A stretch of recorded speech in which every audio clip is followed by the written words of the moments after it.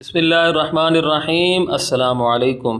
انشاءاللہ آج کی ویڈیو میں آپ کے سامنے 10ویں جماعت کی اردو کی نئی کتاب جو کہ Punjab curriculum and text book board نے حال ہی میں شائع کی ہے اور اس سال سے پنجاب کے اسکولوں میں پڑھائی جا رہی ہے، اس کتاب کے سبق 18 غزل اثر اس کو ذرا نہیں ہوتا، جو کہ مومن خواہ مومن کی غزل ہے۔ اس غزل کے تمام اشعار کی تشریح، مفہوم، مشکل الفاظ کے معانی اور متعلقہ یعنی مماثل شعر کے ساتھ پیش کروں گا۔ اگر آپ میری سابقہ ویڈیوز جو میں نے اس کتاب کے بارے میں بنائی ہیں مکمل طور پر دیکھنا چاہتے ہیں تو اس ویڈیو کی ڈسکرپشن میں موجود لنک کو وزٹ کریں۔ تو آئیے ویڈیو شروع کرتے ہیں۔ پہلا شعر، اثر اس کو ذرا نہیں ہوتا، رنج راحت فضا نہیں ہوتا۔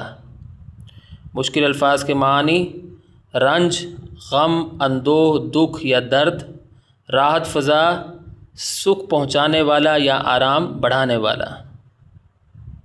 مفہوم: محبوب پر میرے دکھ کا ذرا سا اثر بھی نہیں ہوتا، وہ نہیں جانتا کہ غم کبھی سکون کا باعث نہیں بنتا۔ تشریح: اس شعر میں شاعر کہتے ہیں کہ میرا محبوب عجیب ہے، اس پر میرے دکھ اور تکلیف کا کوئی اثر نہیں ہوتا، وہ مجھے دکھ اور تکلیف میں دیکھ کر بھی خاموش رہتا ہے۔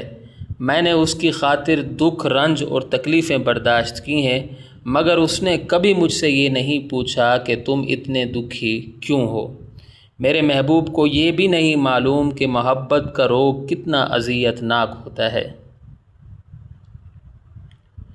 محبوب کا دیا ہوا غم کبھی باعث سکون نہیں ہوتا، یہ تو انسان کو اندر ہی اندر سے کھوکھلا کر دیتا ہے۔ اس تکلیف کی وجہ سے انسان کی امیدیں ٹوٹ جاتی ہیں، پھر اس کی پوری زندگی حسرت میں کٹ جاتی ہے۔ جو انسان اندر سے ٹوٹ جائے اسے یہ دنیا کیوں کر اچھی لگے گی۔ سرتاج عالم عابدی کا شعر ہے: پاتے رہے یہ فیض تیری بے رخی سے ہم، گویا کہ دور ہوتے رہے زندگی سے ہم۔ دوسرا شعر ہے: ذکر اغیار سے ہوا معلوم، حرف ناصح برا نہیں ہوتا۔ تو ذکر اغیار یعنی غیروں کا ذکر یا رقیبوں کی باتیں، حرف ناصح نصیحت کرنے والے کے الفاظ۔ مفہوم: غیروں یعنی رقیبوں کی باتوں سے معلوم ہوا کہ نصیحت کرنے والے کے الفاظ برے نہیں ہوتے۔ تشریح: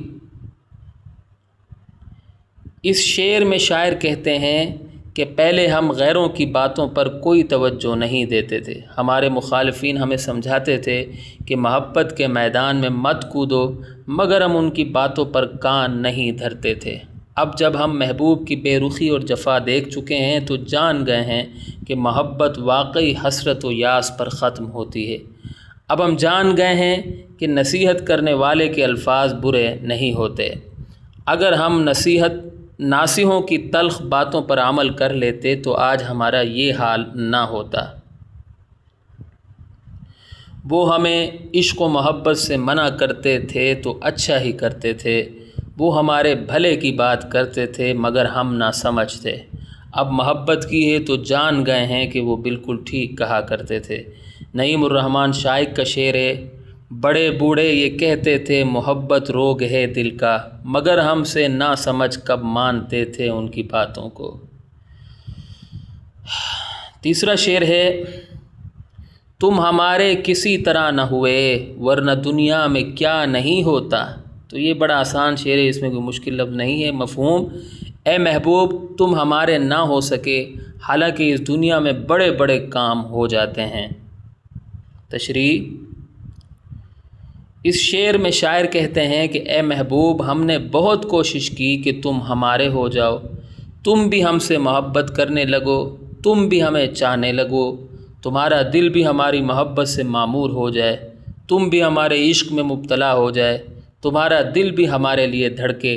افسوس کی بات یہ ہے کہ ایسا نہ ہو سکا، تم ہمارے نہ بن سکے۔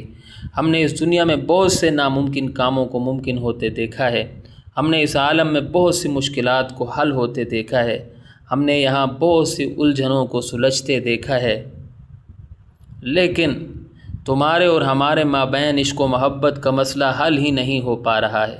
مومن کا یہ شعر سہل ممتنع کی زبردست مثال ہے۔ سہل ممتنع کہتے ہیں جو بہت ہی آسان سا شعر ہو، بظاہر آسان لگے لیکن جو اگر دوسرے اس پر طبع آزمائی کریں تو اسے بہت مشکل پیش آئے۔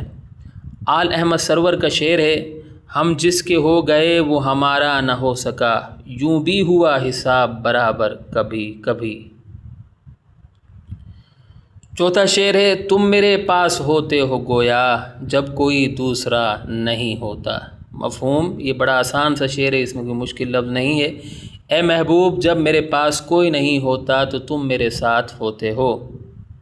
تشریح، اس شعر میں شاعر کہتے ہیں کہ اے محبوب تم میرے دل میں بستے ہو، تم میری روح کے مکین ہو، تم میری جان ہو، تم میرے دل کا قرار ہو، تم میری رات کی نیند ہو، تم میرے دن کا سکون ہو، تم میرے لیے سب کچھ ہو، تم میرے لیے سب سے اہم ہو، میرے خوابوں اور خیالوں میں تم ہی بستے ہو۔ جب میں تنہا ہوتا ہوں تو تمہیں بہت یاد کرتا ہوں، جب میرے ساتھ کوئی نہیں ہوتا تو تم میرے ساتھ ہوتے ہو۔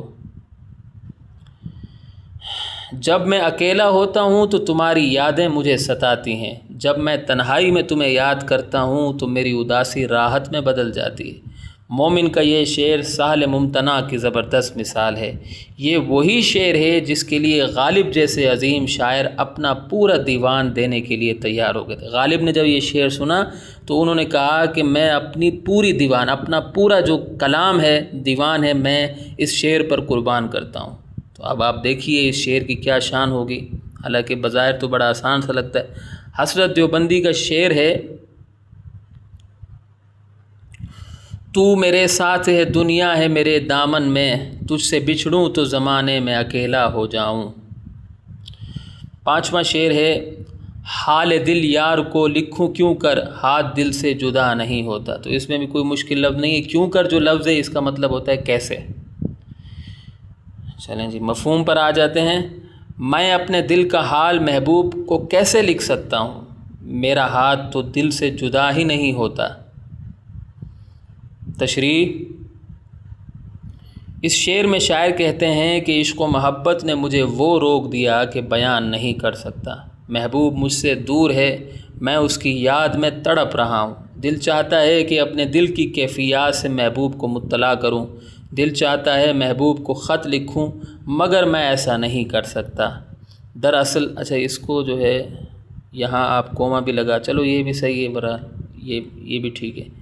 اگر آپ کوما لگانا چاہتے ہیں تو آپ کوما بھی لگا سکتے ہیں۔ دراصل محبوب کی جدائی نے مجھے دکھ، کرب اور غم میں مبتلا کر دیا ہے۔ میں درد دل کا شکار ہو گیا ہوں، اس درد کی وجہ سے میں نے اپنا دل تھاما ہوا ہے، میرا دل مسلسل درد میں مبتلا رہتا ہے، جس کی وجہ سے مجھے بھی مسلسل اسے سنبھالنا پڑتا ہے۔ ایسی صورتحال میں میرے لیے محبوب کو خط لکھنا ناممکن ہے، کیونکہ میرا ہاتھ دل پر رکھا ہوا ہے۔ داغ دہلوی کا شعر ہے، نالہ و فریاد کی طاقت کہاں، بات کرتا ہوں کلیجہ تھام کے۔ چھٹا شعر، چارہ دل سوائے صبر نہیں، سو تمہارے سوا نہیں ہوتا۔ چارہ دل کا علاج یا دل کی تسلی۔ مفہوم، اے محبوب دل کا علاج صرف صبر ہے، مگر تمہارے بغیر ہم صبر بھی نہیں کر سکتے۔ اس کو صبر نہیں پڑھنا چاہیے، صبر ہوتا ہے۔